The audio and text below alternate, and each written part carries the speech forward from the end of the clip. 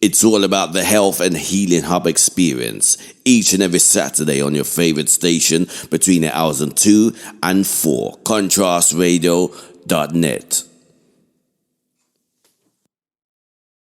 Before we kick off, I'd like to recommend purchasing the book Voices in Harmony, which is produced by Black Women Initiative. They're a fantastic group of women, and I do mean fantastic. I've worked with them in the past. They clearly set powerful examples of what it looks like when we work holistically as individuals, as groups, as organisations, communities. Last year they've produced this fantastic practical book. I've got it in front of me here. It's filled with some delicious recipes. One of my favourites is here, Nigerian egusi stew. I can see Guyanese pepper pot.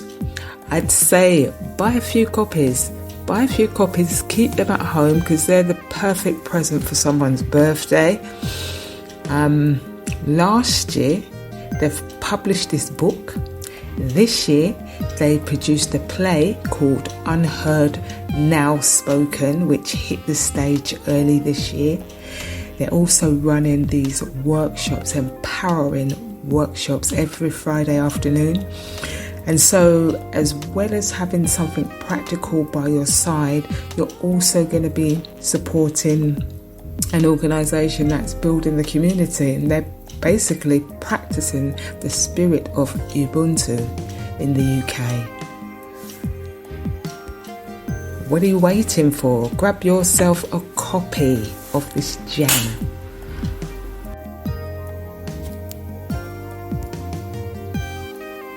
To grab yourself copies of the book, email bwki2019@outlook.com. So that is bwki2019, if that's in numbers, at outlook.com.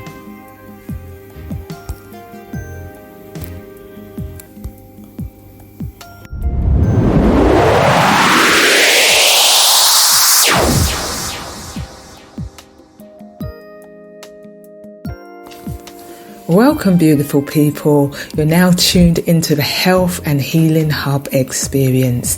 I'm told that without rhythm, there's no life, and without life, there's no rhythm. So I'm going to have to give a massive thanks to the Contrast Radio family for the inspiration that you give us with those good grooves. A thank you also goes out to our YouTube subscribers for your amazing comments. We appreciate you. So today we're looking at detoxing, a topic that touches every part of who we are. So within the next hour, we're going to unpack and look at this from a physical, mental and spiritual aspect. You lucky people, you have your host, me, myself, Fumilola, and the fantabulous Miss T, and we're also joined by our guest, Sis Harriet, Sis Gloria, Sis Tracy, Sis Pamela, Brother Yash, Sis Amaji, Sis Julia and Sis Beryl.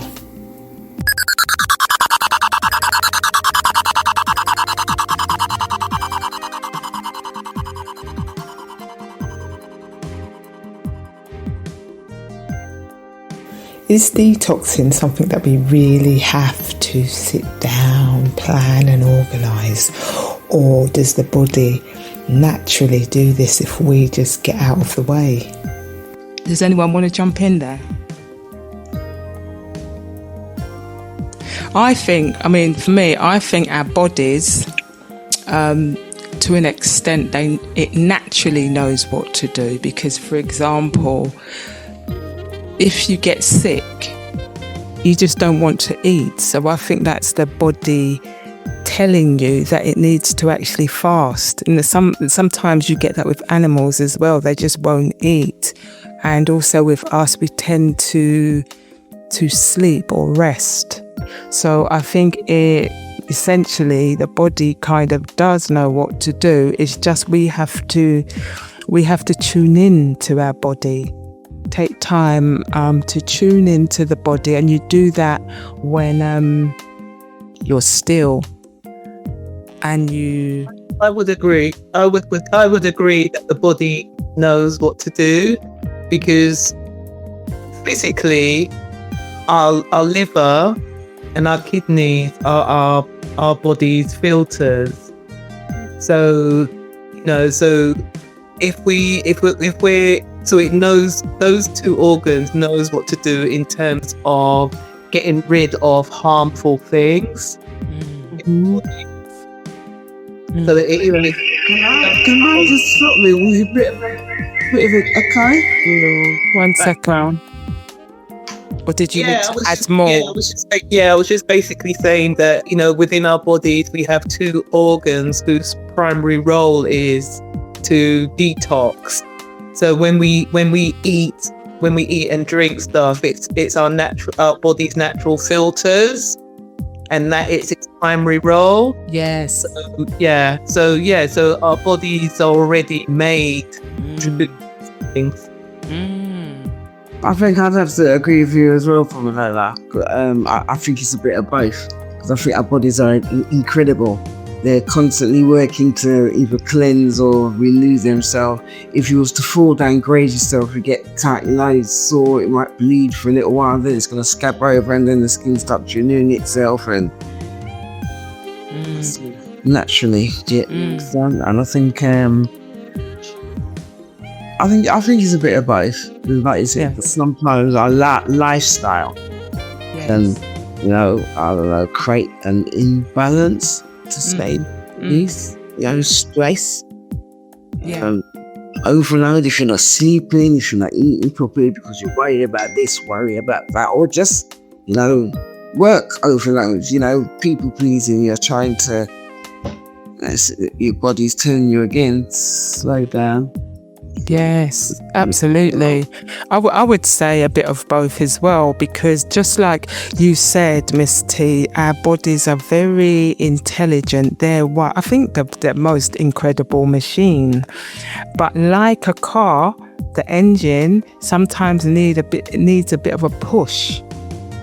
And there's things in nature that we can use just to help the body. Sometimes it just does need a bit of a push, but it does, like Harriet said, we have the kidney, we have the liver, we have what else helps? Even breathing and exercising helps us detox.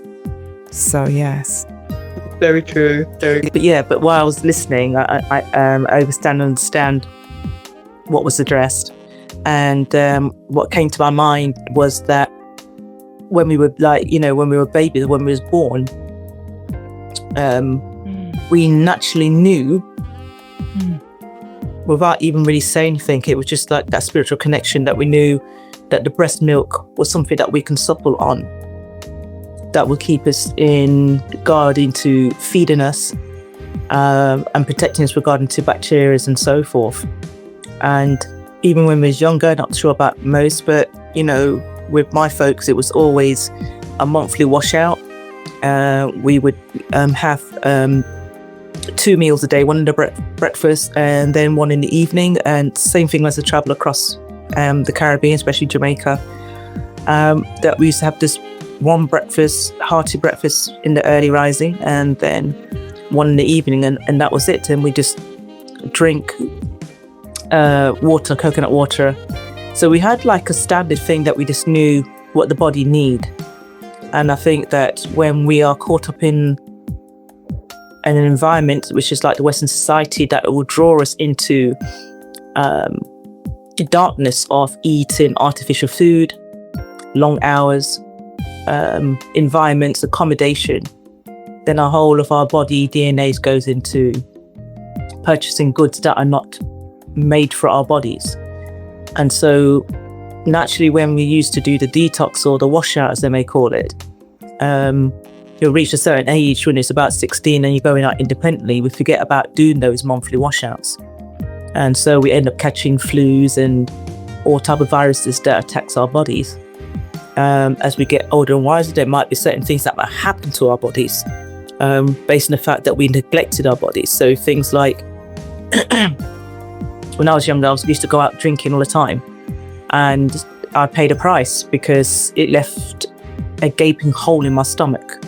And they told it was gastric ulcer, and it was that bad that I needed to have an operation on it. And I chose with immediate effect to just cut out drinking, change my whole diet, and try to find a way of actually just fixing their stomach, because I knew that if that's not fixed, then I'm dead. So they can replace hearts and lungs and kidneys, but you can't replace the stomach.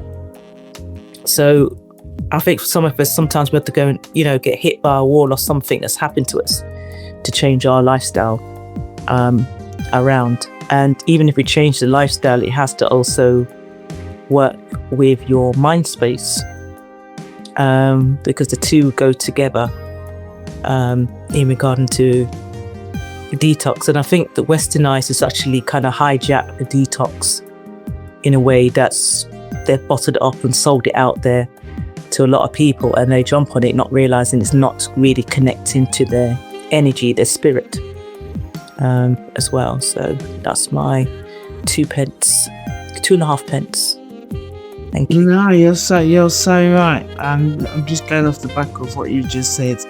The old-fashioned way, the washout, like you said, either every week or every month, that kind of thing.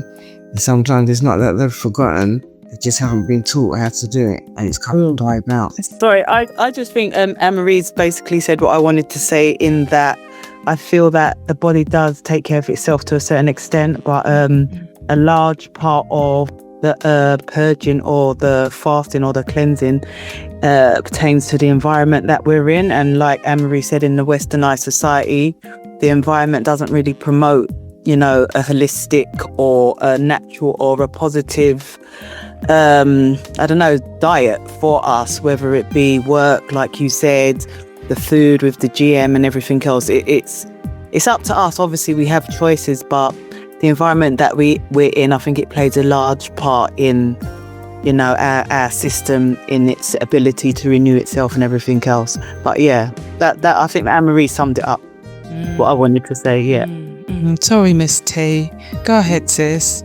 What were you saying? No, that's not, she just summed it up again. I was just going off the back of what Anne-Marie was saying. Again, with the lifestyle. You can always say lifestyle, or sometimes the socio-economic environment that they're in, people can't afford to. So they're trying to make the best of. That's where I'm coming from. And unfortunately, society doesn't make it easy today. But if you've got to bear in mind, every herb, every plant, it's all on this earth to help us in some form or fashion. Do you understand where I'm coming from? Whether you boil it, eat it, pummel it, paste it, just have to know how to before you actually consume it. Yes. And then remember, you're supposed to be nourishing your body, mind, and soul. Spiritually, mentally, physically, emotionally. So I think as well, it's like the way we eat here in the UK. It's practically based on grazing. You're lacking something about yourself. I'll go with self-esteem, and I'll bring that out there because that's what I'm working on. And then sometimes you can just graze in regarding to this. I call it snacks, but you're just grazing left, right, and centre because you're in an environment where everyone's doing the same thing. Oh, you're eating at midday. I'm going to eat midday with you, or you eventually would do it if you're working in an office space. But I found for myself that if I'm traveling, you're not going to graze. You end up probably reduced down to either the maximum of 2 meals while you're traveling in a different continent. Your body doesn't feel like you want to eat. It's always going to go back to the basics of fluids, something in the morning, something in the evening, and that's it. And I think when I was traveling across Gambia and that, some people just stick to 1 meal a day. So the body doesn't really need to be fed every day. You know, it just needs to be just to get the fuel and nutrients. But we've been programmed to eat 3 square meals. We've been programmed, we got this thing now, you just have to just do 2 meals a day. Absolutely. But naturally the body will let you know whether you want to eat or not. There's times, I mean, at the moment I'm just going through a phase where it works for me without me making excuses. So I don't eat for 3 days. It's just fluids and on all my herbs and that and my tonics. For me, I've seen a difference, but it's recognizing the difference. Whereas before, when I was working non-stop, because Lola will know about this. You know, we're night owls. We can work all the way through till 3 o'clock in the morning. But because we're focusing on the fact that we're not implementing the fluids right, you know what I'm saying? So you might have 1 cup of tea, and that cup of tea could go on to about another 3 hours sitting there. Or you drinking a lot, but you're still drinking water or herbal tea up to 3 o'clock in the morning because you want to get your work done. You'll realize that you don't need the food, but the fluid is actually a sustenance for you. It's keeping you supple until you rest and repair the body. But the body does not always need food. I think a lot of the time we eat because we're actually thirsty, and sometimes we eat because we're just bored.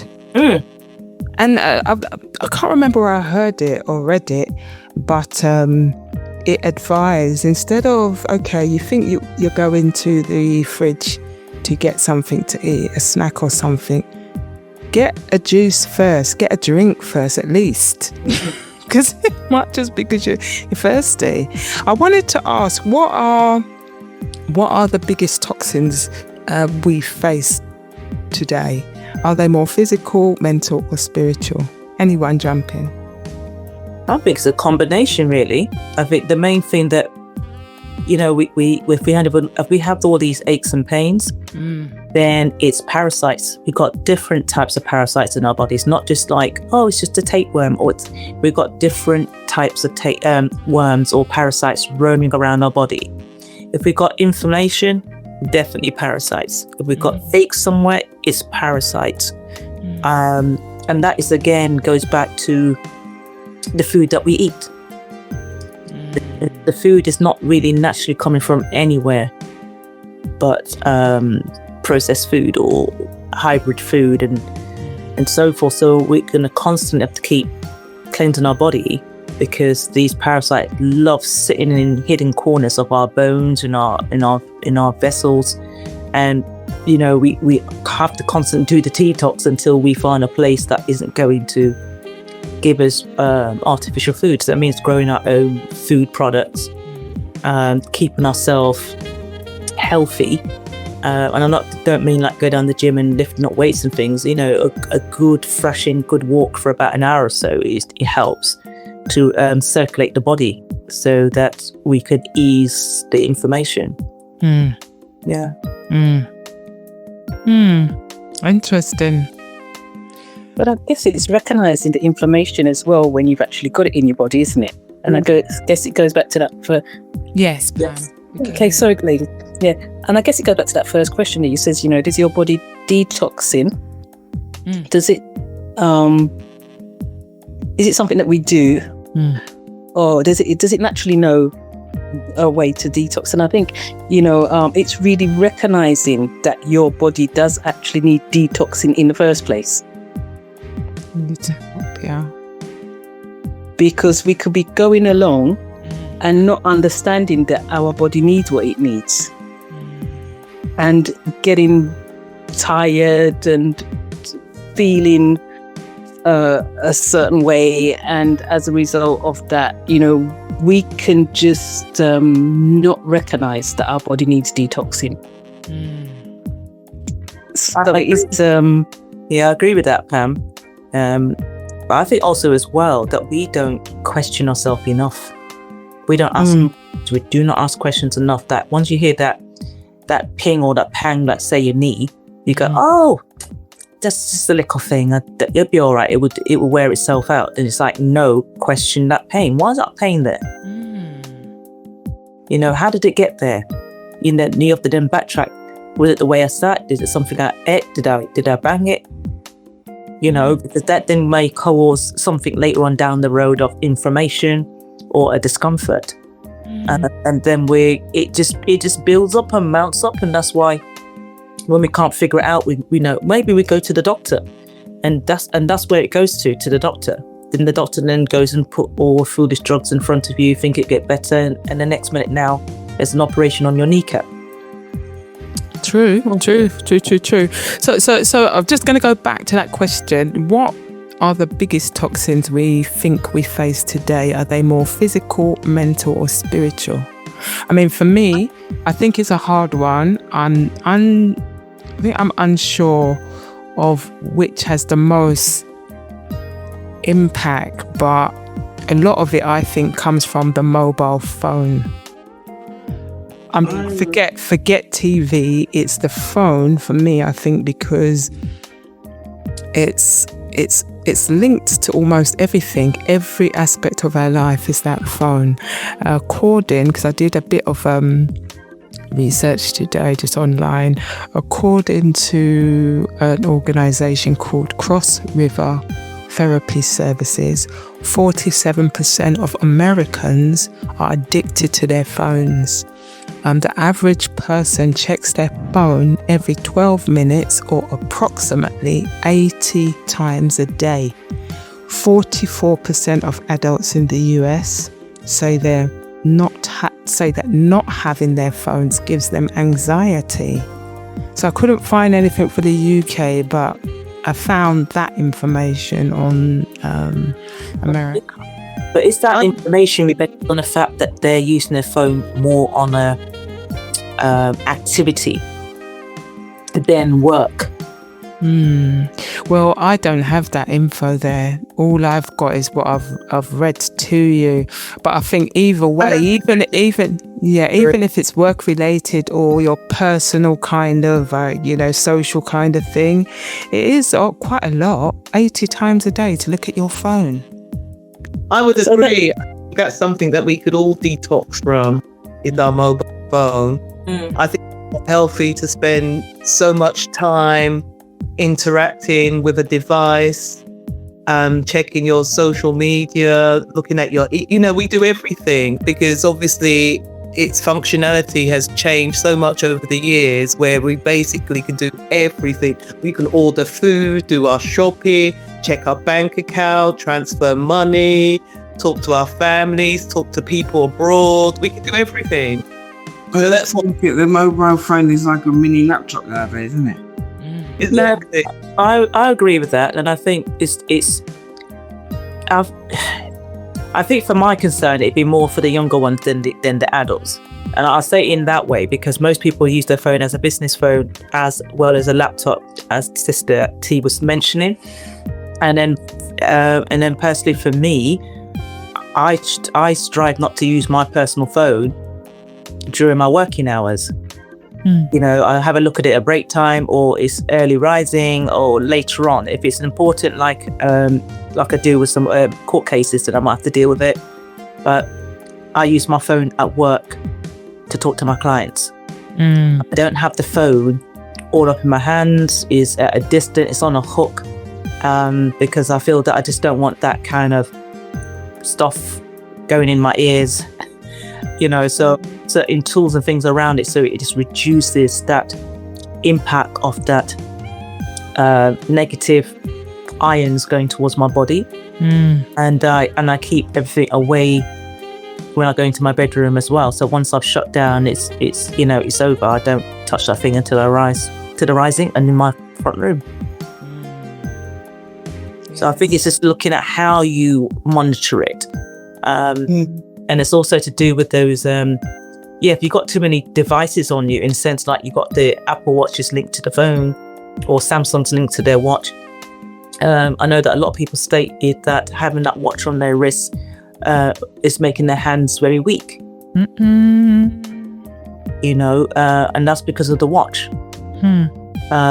So we do carry a lot of devices, but it's just making sure that you monitor the phone and not the phone monitor you. but it's worse with our youngsters of today. I guess phone is in their face, or it's on their bodies, in their back pockets. You've got the Somalians have it up in their hijabs. It's just crazy how the way people use that device on their body. Pam, did you want to interject? No, I was just actually going to say, I'm agreeing there. It's like, what I'm actually hearing is that this phone has become, it's becoming an attachment. Yes. It's a learned behavior which we've all learned, from society, and drawing boundaries, like the sister was saying earlier on. Knowing to herself that she needs to use it in work, and when she gets home from work, she just puts it to one side. It's understanding that, it does what it does, and it drains the energies from the bodies and impacts the mind and so forth, and to put it to one side. But again, it's just, it is a device of, and it just become a learned behavior for many, So I would say low mentally. You said mentally, physically, or spiritually, did you say? I would say mentally, partly because you said the mobile phone, it influences a lot of us, and a lot of us get our information via the internet or chat groups and so forth, and that I think influences us mentally as to how we navigate. And I think mentally filters through to spirituality and to physically as well. If we talk about physically, going to the food we buy, what the latest promotion that's in Tesco's or wherever you choose to buy. So I think for me, I would say mentally, we're influenced most mentally, and that feeds through to spirituality and physically, if that makes sense. Yes, absolutely. Yeah, I tend to agree with that. They're kind of intertwined with each other. Yeah. No? Yeah. Very true. Yes. I've got Sister Julia and Sis Beryl. I don't know, and Brother Patar. Sister Tracy, the quiet ones. I'd like, if you'd like to, you got anything you would like to interject, that would be great so far. Did you want me to repeat the question, or we can just go on to the next question, move on? All right. Okay, we'll just move on to the next question. Next question is, how can we distinguish between science-backed detox methods and marketing hype? I think for me, I'd say to just do your due diligence. What resonates with you, I'll take that into mind. It's not like it was in my younger years, where you have to take your foot now and travel to a library. Information's just there at the tip of your fingers. It's there. So just research, I think. Research, and research. Even what we discuss here, research everything. Don't say just take something on or accept something just like that. Research for yourself. The answers are all out there. So yeah. So how can we distinguish between science-backed detox methods and marketing hype? If there's no interjection, I'll just move on to... I would say that, I don't know, in terms of like, maybe, things like meditation and breathing and yoga, that's all ancient. I do those things. It's not ancient. I'm not ancient. I know. No, I'm saying the practice. The practice is ancient. It's not a new thing, but sometimes they repackage it as something new, like these trips to retreats, and they, you get some person bringing this new way of breathing, breath work, or certain foods to eat. This is ancient. It's just that sometimes it's repackaged as this is the brand new way of being. But if you go back to the beginning, like, I don't know if you're lucky enough to have your grandparents or your parents around. For me, Africa, my parents are African. They're no longer here, but they knew all about this. It's just that sometimes it's repackaged and sold to us as a new thing or new way of life. Whereas if you look into it in the past, it was there a long time ago. Lots. Right. Yeah, you're absolutely right. In ancient civilization, like China and Japan and those places, That they've had Tai Chi and all these other kinds of ways of, ways of well-being and healing and meditation and all of that. All of those are thousands of years old. They used to have done it. So no, it's not nothing new at all. Nothing new at all. And that it also includes when it comes to the herbs and things. This is nothing new. They've been doing it for years. So be in the Caribbean, in Jamaica, China, wherever, India, they've all got their ancient way of whether it be brewing tea, doing the herbs, you know what I'm saying? Certain exercises, and certain you mentioned Tai Chi. I still take my bitters daily. Say that again? I still take my bitters daily. There you go, see? And is it being passed down to our youngers? Do you understand where I'm coming from? Are they taking it? Is it being installed in them so that when they have their kids know about it as well? Do you know what I'm saying? There's herbs that is natural painkiller. There's herbs that will naturally take away inflammation. Do you know what I'm saying? So, but I totally agree with you guys anyway. Yeah, well, I think that's all boiled down to education, and it's about whether or not. I mean, when you think about detoxing, how many households actually have conversations about detoxing? What does that actually mean? You know, how do we inform our children about the food that they eat, and that we should only eat food to provide us with nutrients to make our bodies well, rather than just eating food for the sake of eating food, but we don't kind of have those kind of conversations with our children. That's right, Harriet, especially crispy duck. Do you remember that one? And I guess in a sense what you're saying, you know, how do we... Oh Lord. Confession. Crispy duck. No, sorry, it's a private joke. Okay. I gather that. Didn't get it. You can't drop that they laugh and crispy duck and tell people about it are private. No, I'm joking, I'm private. My God, Lola, why you bring up the crispy duck?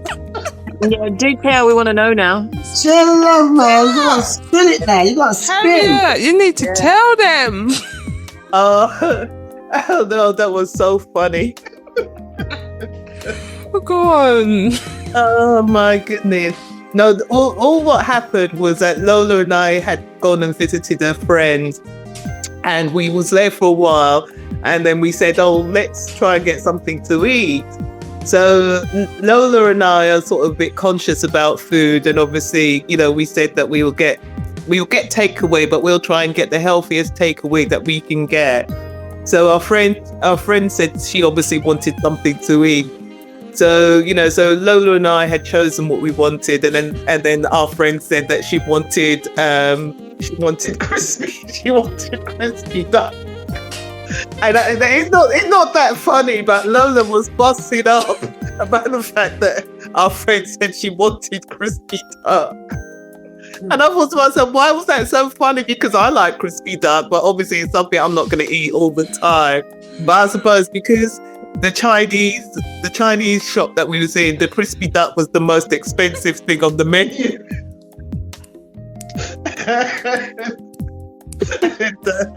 So you know, but that's our friend. You know, she's a bit like that. Wherever we go, she always likes the most expensive thing on the menu. So that's why, you know, Lola was busted up and finding it so funny. Yeah. Oh, I'll be crying. Ooh, all right, where were we? Let's get back on track. I was going to say quack, quack, quack.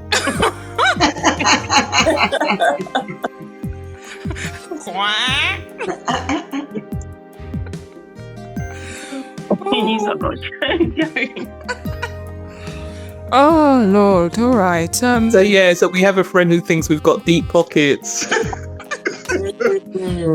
Oh Lord. Yeah. Okay, so if someone wanted to start a physical detox, what's one small sustainable change that you would recommend instead of an extreme cleanse? Is anybody? A quick one is drink the water. If you, I mean, I'm talking, boil your water and drink water, basically. Yeah. That's a quick fix. Just strive to drink more than. So, can you repeat the question, please? So, if someone wanted to start a physical detox, what's one small sustainable change that you'd recommend instead of an extreme cleanse? It's someone physical. Someone that is, if someone wanted to start a physical detox, what's one small sustainable change that you could recommend instead of like going extreme? Do you mean with their diet, Lauren? Yeah, a physical detox. Because, for example, A window, start off with like a time window, Yeah, intermittent fast. So just start off very slowly with a window. So like say you start eating about 10, 11, and then you eat between 11 and say 5 or 6 or 7, and then after that you do not eat anything. Do you know what I mean? So maybe introducing a window of eating, and then outside of that you don't eat anything. You don't snack. You don't do anything. And that's quite a nice way of introducing fasting into your system. Yeah. And then people go on to do days, don't they? Like a full day or then 2 days. But to go straight into like a 3-day fast can have a massive impact on the body if the body's not used to it.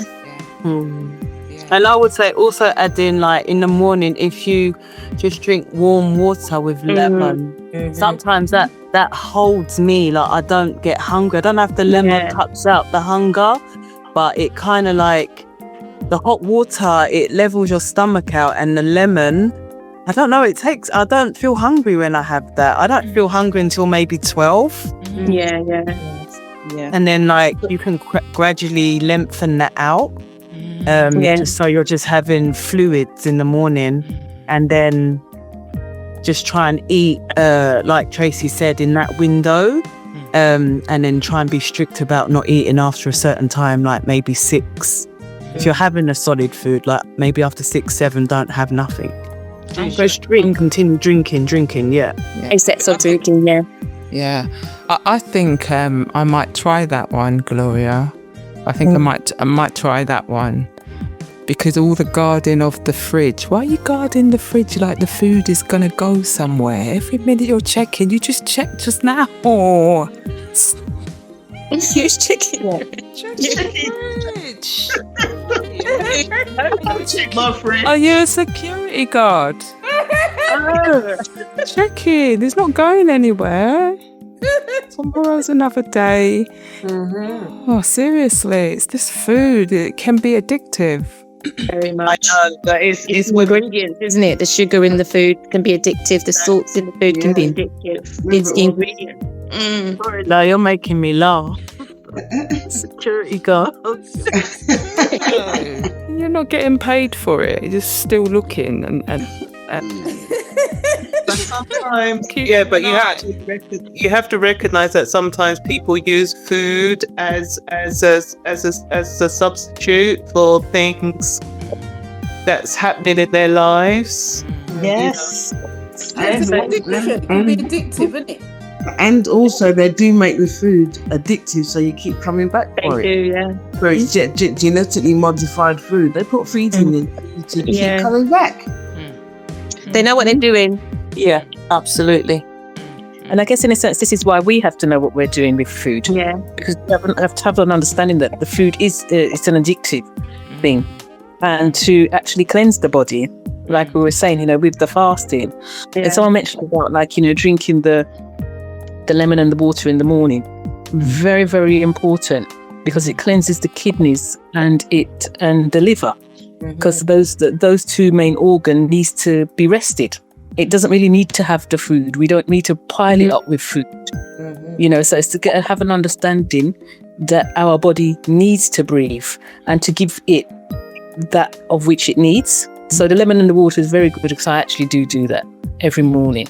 And I don't eat until about 1 or so, and so forth. But I do know I'm eating with parasites, because once I start eating, I can't stop eating. you know. But so a good cleansing is very important, and to also don't do it too quickly. Take your time and to do it and clean your body up very slowly. Oh yeah. Great. And it's also not to beat yourself up when you're going through that change. If you slip or fall or step back, either way, you know, it's okay. You know, it's okay to say like, you know, wow, I should have been, you know, doing my fasting or my detox a little bit longer. It's okay to make that error if it means that you know, your eye or your minds keep looking at that corner where that popcorn is or that packet of crisps, and you say, no, just give me another day, I'll be all right. But then you go there and get it, it's fine. You know, you just get up and you just keep trying and trying again until, you know, you master it. This whole process is not to beat ourselves up about it. You know, we know we're all on a journey of, you know, that new path of taking care of the whole body. And we're at that phase now. We're not, you know, we're not teenagers out there running clubbing left, right and centre. But, you know, we're at that stage now that we're now coming into this understanding that our body and our health and our well-being comes first. Sure. Yes, and one thing I would recommend that you do or people could do is not to buy the crisps, the biscuits, in the first place. Like, just don't have them in the house. Yeah, absolutely. Agreed. Oh my God, this hurts. Have you buy them? Them don't jump in and try them themselves. How did I get there? I've just seen the whole packet of biscuits. Oh Jesus! No, how that happened? Just one more. Just take it now. No. The sauce of My downfall is the chocolate, because I can hear it saying, Kim. Kim. Or when I'm quiet, I'll say, Kim. So I have to go and get it. And then in my head now, I'm like, you know what? I may as well yam all of it so it's not there. It's at the house. Yeah. We all have our weaknesses. Okay, so anything that you find hard to resist like that, then you don't buy it in the first place. That's my suggestion. That's But what if somebody else brings it into the house, I hadn't had chocolate for months, and then my brother brought some big packet of Galaxy. Tell him go home. So go away. Don't blame my brother. Yeah, I've been telling him to go, but leave it here with me. Don't blame Desmond. I'm going to tell him. I was going to look. Desmond bring a packet of Galaxy, and I see this dairy that me in the fridge. Wow. So I had to trouble it. You had to trouble it. Did you finish it off? The scary part, I would have left it on the side, and because I can't eat that kind of chocolate anymore, it doesn't appeal to me at all. So, you know, if it ever happens to me, I'll just find out which one of your addresses and send it over to you. I'll give you my address at the end of the show. I am quite disciplined, but I just, you know, but occasionally you just, you know, the discipline just goes out the window. But don't you think even the texture of the chocolate of those anyway have changed so much? They have. Like, do you remember years ago how nice and creamy and thick? Yeah, it used to be like Not now. Okay. So I've got a question here. How would you define a spiritual toxin? What does that look like? What does it feel like? I think for me, the spiritual side of things is, you know, being in touch with yourself, the grounding, the meditation. I think someone else mentioned meditation today, just now. You know, like knowing yourself, knowing where you come from, that kind of thing. Taking care of yourself, self-care.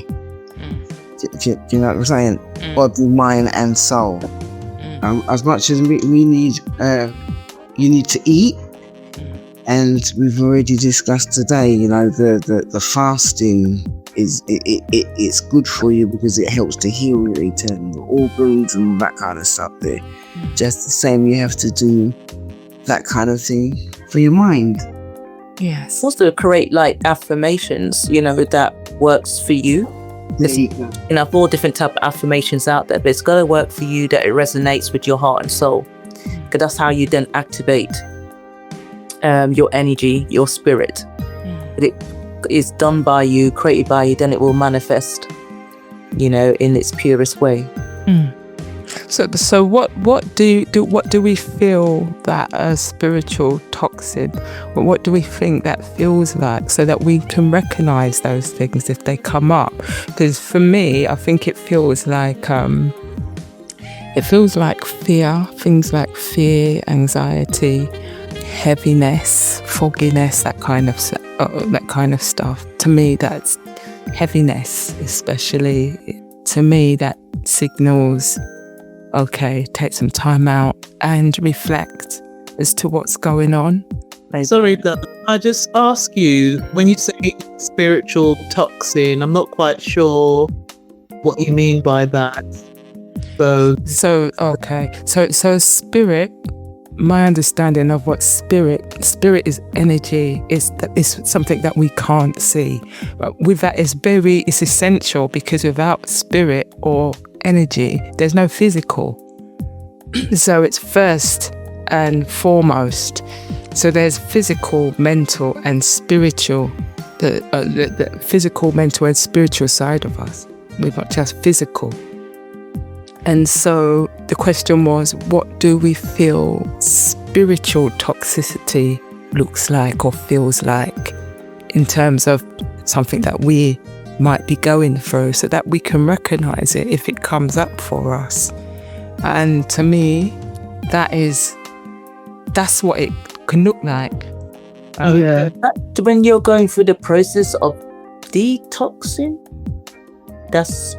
are you saying that when you're going through the process of detoxing, that's what you're feeling? Okay, for example, if I'm feeling fearful for something and there doesn't even really seem to be any apparent reason, to me, that means it's time for me to take myself away, just be quiet. Am I watching too much of the wrong type of social media? Have I been listening to someone that's just bringing me pure gossip or pure energy that isn't really conducive for me? I have to take myself away into some quiet solitude and think about these things, so that I can, first of all, clear my mind, take some time out, refresh and come again. These things are essential. Because when you take time, cut yourself off from certain things, it's essential. That's detoxing. Cut yourself off from what you think the source is of the issue.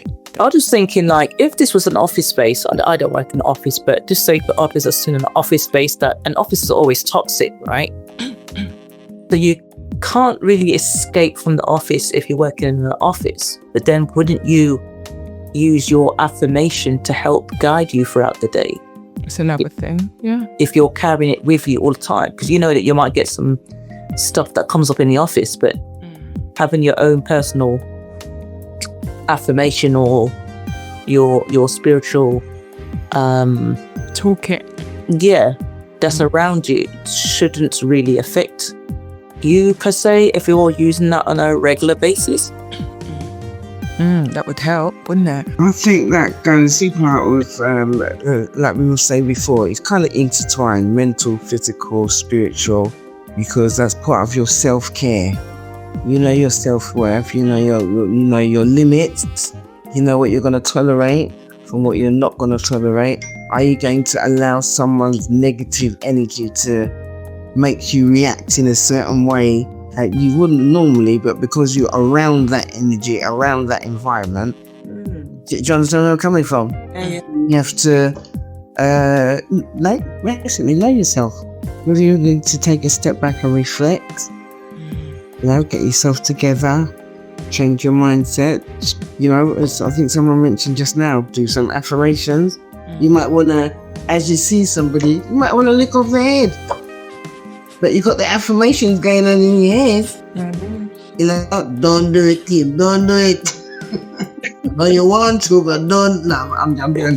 But you know what I mean. No, because that means then you'd be walking in your own power, your own kind of like your own clarity, your own peace. You know what I mean? So if I've got some rant off client that's gonna come with this noise, it's like I'm already got my guard up with my affirmation. I'll say that my being claims peace, power, and clarity, and I say it a few times. And once I say it a few times, I don't have to say anything to that client. The client's just all calmed down. It's like, oh, I'm sorry, I've gone off on one. And I said, that's fine. But I'm in my head, I'm still reciting my affirmation, knowing that I'm in a good place, that I'm in charge and not them.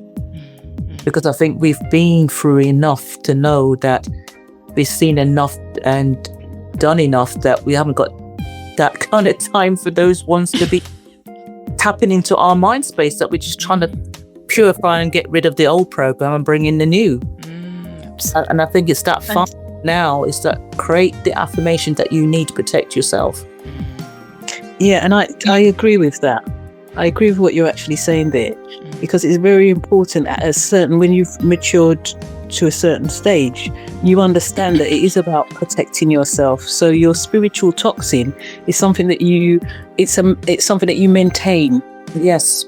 Maintain doing. There's for example, someone just actually basically says, if someone comes in the office or something and upsets your spirit, is it that person that's upsetting your spirit, or is it you that's allowing the person to upset in your spirit by getting upset because the person's said something? So it's something whereby you've got to look within yourself and do your daily work upon yourself, so that somebody who comes to you, they do not upset you. You don't get offended by whatever they've said, because you've worked on yourself enough. Yes, that's shame. I suppose there are times, Lola, you suggesting that there may be times when we become overwhelmed by life and everything that we're hearing too much negative news. Even we watch the news and there's a lot of negativity going on around the world, a lot of crisis, death, wars, everything. And then sometimes we can become overwhelmed by all of the sort of negativity that is going on. And even though we may be strong in ourselves and we have the affirmations and everything, that there are times when we just can't cope, and we just need to withdraw ourselves and just give ourselves that quiet time to then find a way of rebuilding ourselves and our spirits and becoming strong again.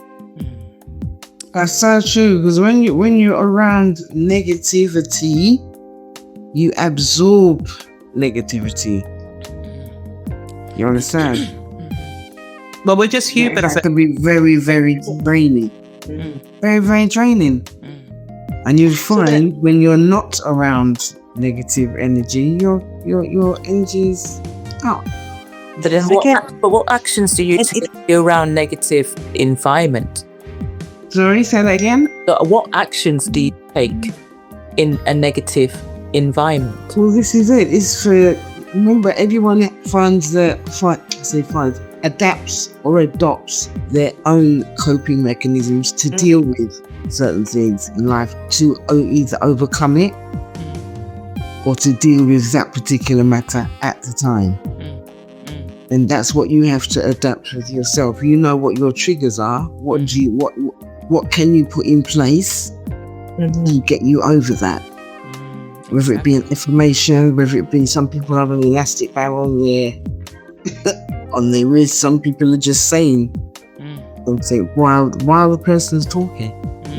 That negative energy is there, simply because, do you know what? They know what's triggered them, and they're not going to let them take their power away.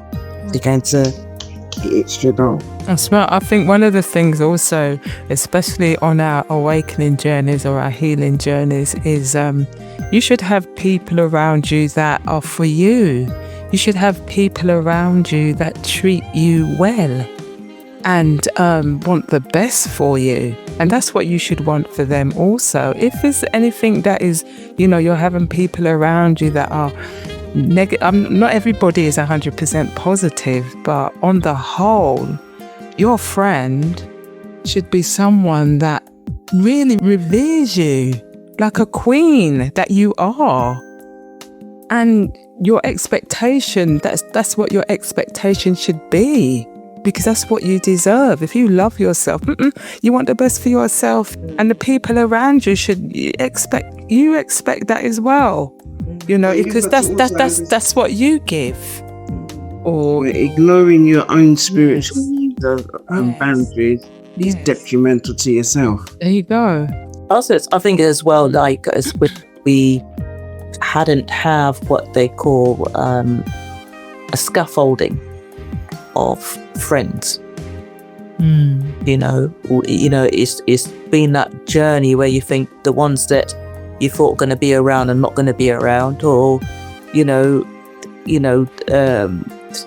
things are changed and you no longer have that same affinity anymore. And so it's like we're now going on that stage now, like of building a scaffolding of sisters around each other. Who's going to have your back, who is going to be able to assist you, listen, comfort. It's just building that kind of scaffolding that we could actually say, I'm not in a good place. Can I call that person, or can I call that sisterhood? Can I call my scaffolding? I use the term scaffolding because it just builds and piles on top of each other, doesn't it? But it's just having that scaffolding that we as sisters probably didn't really have. And I know from myself personally, because I jumped from one town village to the other, and sometimes when you do that, it's difficult to try and build that scaffolding because you're no longer in that town. And if you go back there, it's like they're building their scaffolding, but you won't be able to fit in that scaffolding because you're now in a different area, and just different vibes and things that you just have to work on. But I feel that we are at that stage now that we have to get to know ourselves and build that scaffolding that kind of creates that true affinity about ourselves with one another. Because we all got tools, we all got resources, we've got great skill banks, and it's just bringing that together as one. I think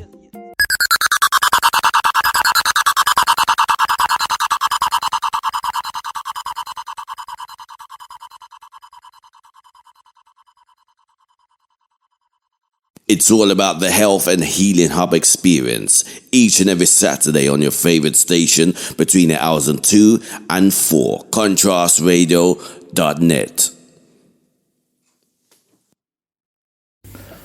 Once again, we're coming up to the hour where our discussion ends. We will go to the advert break, and afterwards we'll be travelling together on another magical musical journey. Give thanks.